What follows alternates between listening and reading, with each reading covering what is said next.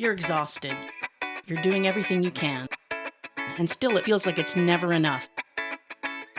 If you've ever felt the weight of trying to rescue just one more animal, I'm sharing a truth most rescuers won't say out loud, and why I'm redefining my role within rescue without walking away entirely. Hey there, and welcome to Muddy Paws and Hairballs, the podcast where we talk honestly about what it really means to live with and love animals. No sugarcoating, no fluff, just real talk from someone who's been in the trenches.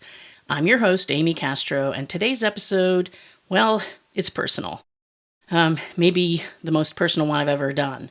After years of fostering more than 4,000 animals, running a rescue, and living a life completely consumed by this work, I'm making a shift. But before anyone asks and rumors start flying, Starlight Outreach and Rescue is not shutting down. The organization is staying open, and I'm still going to be its president. But I'm transitioning into a new role, leading from a distance instead of on the front lines. I'm going to step away from the chaos and into clarity, and I want to walk you through how I got here and why this might be the best thing I've ever done for myself and for the animals that I really care about. So let's start where it all began to shift for me. We rarely talk about this in the rescue world, at least not out loud and not in our social media posts. But it is a fact. Saying yes to one animal often means saying no to another, or maybe several others. I used to say yes constantly. I thought that's what it meant to be a good rescuer. But I've learned that every yes has a cost, whether it's time, energy, sleep, my sanity, and often the cost is paid by the animals that you're trying to help. One example that changed my perspective was Sassy, who I currently have. She's a blind pit bull who was found lying in the street, left for dead, and I couldn't say no to the person who found her, and she's been with us for over 2 years. I love her and I don't regret taking her in, but her needs are very specific. That one yes closed the door for dozens of others. And that's when it hit me. Rescue can't be just about emotion. It has to be balanced. It has to be balanced with strategy and sustainability, which leads me to the next realization. It wasn't just hard logistics that wore me down in rescue. It was the emotional toll of facing impossible decisions over and over and over. From behavioral euthanasias to economic euthanasia and everything in between. Add to that having to combat people who want to try to save everything, perhaps just to prove they can. Here's just a quick example. So we took in a paralyzed cat. The cat could not urinate on its own, but somebody, the finder, wanted to prove that they could care for him. And I had to ask myself, is this really what's in the best interest of this poor cat? Or is it more about what the person wants to feel about themselves? We chose euthanasia because sometimes that truly is the kindest and most responsible choice, and the person was not happy. And that experience forced me to confront something we rarely admit in this space, the savior complex, the way we tie our value to how much we suffer or sacrifice for the animals in our care. The urge to be seen as noble, even when what we're doing may not actually serve the animal. But here's the truth. Animals do not need us to be martyrs. They need us to be thoughtful, ethical, and clear-headed. And I had to get really honest about how often I teetered on the edge between logic and emotion, heroics, and how a bad outcome plays out on social media. Still, even knowing all that, I kept going, until one last straw finally forced me to say, enough. And that straw was Hurricane Beryl. It wasn't even a big storm compared to some of the storms that we've weathered. But when I found myself out in the storm trying to protect the animals, I had horses standing in ankle-deep water, the kittens in my isolation building had diarrhea and ringworm, and oh, by the way, our isolation building is a glorified shed that's held to the ground by, I think, 4 straps. And I thought at any moment when I was out there caring for them, we were just going to fly away like Dorothy and the Wizard of Oz. And add to that, our barn door kept trying to fly off, and I'm not kidding you when I say that my daughter and I literally risked our lives trying to keep that thing from tearing away from the building and trying to strap it down. And that day, I just broke. I sat down on the ground in the middle of the storm and started to cry at the state of my life, and I said, I'm done.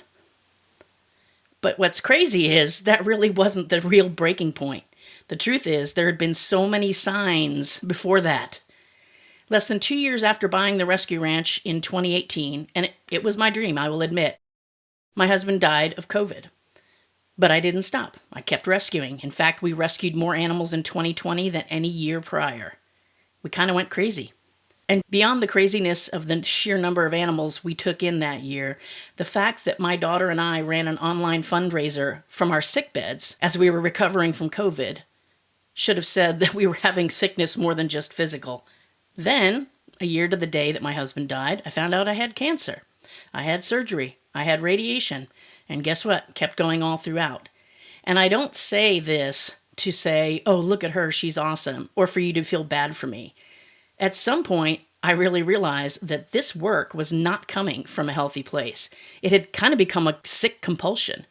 And that is not sustainable, not for me, not for my family, and definitely not for the animals.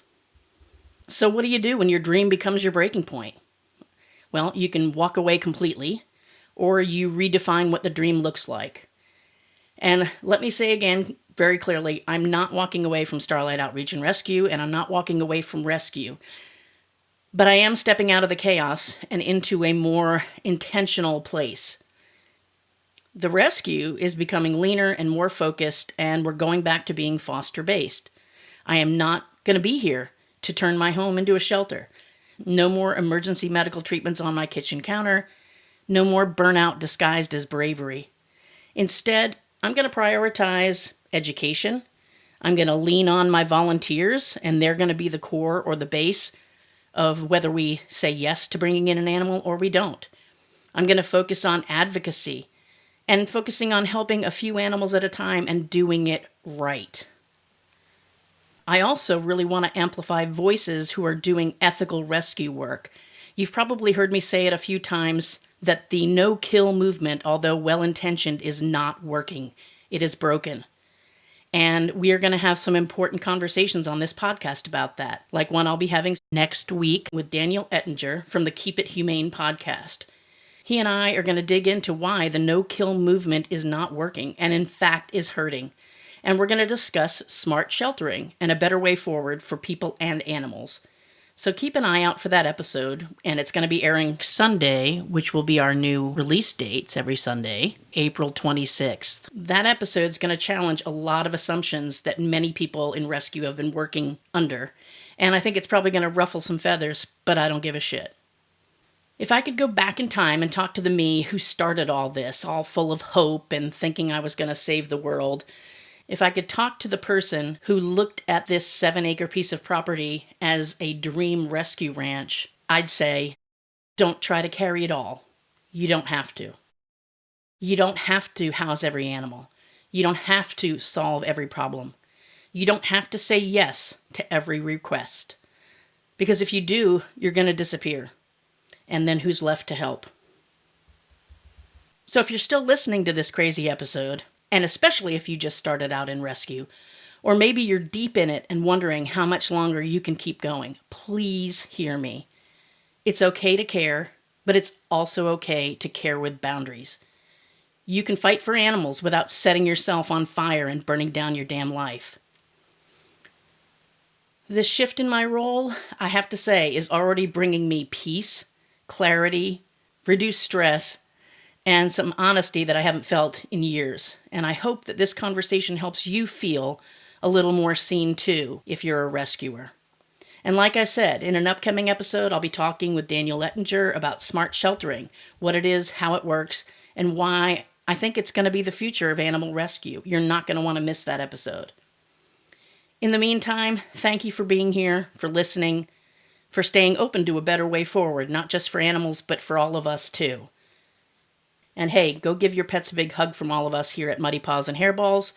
We'll see you next time. Thanks for listening to Muddy Paws and Hairballs. Be sure to visit our website at muddypawsandhairballs.com for more resources, and be sure to follow this podcast on your favorite podcast app so you'll never miss a show. And hey, if you like this show, text someone right now and say, I've got a podcast recommendation. You need to check the show out, and tell them to listen and let you know what they think. Don't forget to tune in next week and every week for a brand new episode. And if you don't do anything else this week, give your pets a big hug from us.